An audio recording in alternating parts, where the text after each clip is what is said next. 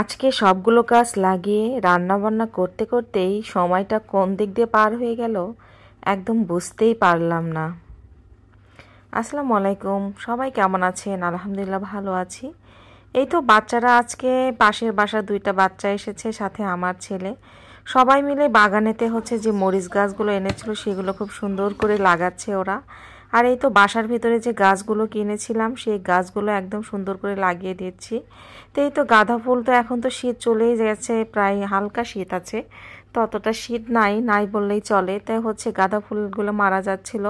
তাই ভাবলাম এই গাছগুলো ফুলগুলো যেগুলো কলি নষ্ট হয়ে গেছে সেগুলো খুব সুন্দর করে সেটা পরিষ্কার করে দিচ্ছিলাম। আর যে বিচিগুলো ভিতরে ছিল সেগুলো লেগে দিলেই কিন্তু খুব সুন্দর আবার গাঁদা ফুলের গাছ হয়। আর আমার মেয়ে তো একটা ফুল ছিঁড়েই ফেলেছে, প্রায় তার কানে পড়বে, তার নাকি কানে পড়তে অনেক ভালো লাগে। আর এই ফুল গাছটা কিন্তু অনেক সুন্দর, কি সুন্দর বেগুনি কালার ফুল হয়, দেখতে অনেক ভালো লাগে। তো এই তো দেখতেই পাচ্ছেন সুন্দর করে ছেটে ছেটে দিচ্ছিলাম। তো আমার ছেলে বলছিল আম্মু দাও আমি ছেটে দিচ্ছি। তো আমরা এখন আবার রান্না বান্নাও আছে, মানে সারাদিন এগুলো করতে করতেই সময় কোন দিক দিয়ে পার হয়ে যায় বোঝাই যায় না। তাই তো এখানে ছেলে বলছিল আমি সবগুলো করে দিচ্ছি, তারপর আবার গাছ লাগাতে হবে। তো সবার সাথে মিলে বসে থেকে মানে গাছ টাছ লাগালাম, ছেলে আর আমি। তাই তো মেয়ে দেখেন কি বলে, গাঁদা ফুল ছিঁড়ে কেউ গাঁদা ফুল কানে দেয়? তাহলে কেমন লাগে? সুন্দর লাগে? তুই দুষ্টুনি পাকনা বুড়ি একটা। যাই হোক, মাশাআল্লাহ, সবাই ওর জন্য দোয়া করবেন। তো এখানে এই তো দুপুরের মানে সন্ধ্যার আয়োজন চলছে। দুপুরবেলার কাজটা সেরে আসলে বিকেলবেলা রান্না করতে চলে এসেছে, যেহেতু রমজান মাস। আর বাসায় তো আমার ছেলে পোলাও মাংস ছাড়া তো খেতেই চায় না। রমজান এসেছে, তাদের আরও মনে বেশি হয়েছে পোলাও মাংস খাওয়ার অভ্যাস।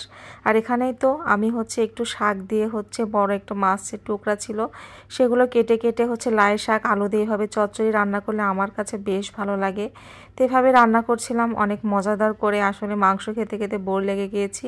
তো এখানে মুরগির মাংস রান্না করছি। আজকে মুরগির মাংস কালা ভুনার মতো বানাবো সরিষার তেলে। এই রান্নাটা কিন্তু ভীষণ মজা লাগে, একদম ভাজা ভাজা টাইপের রান্না, সরিষার তেলে সত্যি অনেক মজা লাগে, আপনারা ট্রাই করে দেখতে পারেন। তো এখানে আমি সরিষার তেল বেশি করে দিতে হয়, তো বেশি করে সরিষার তেল দিয়ে পেঁয়াজ বেরেস্তা দিয়ে মাংসটা সুন্দর করে কষিয়ে নিচ্ছি।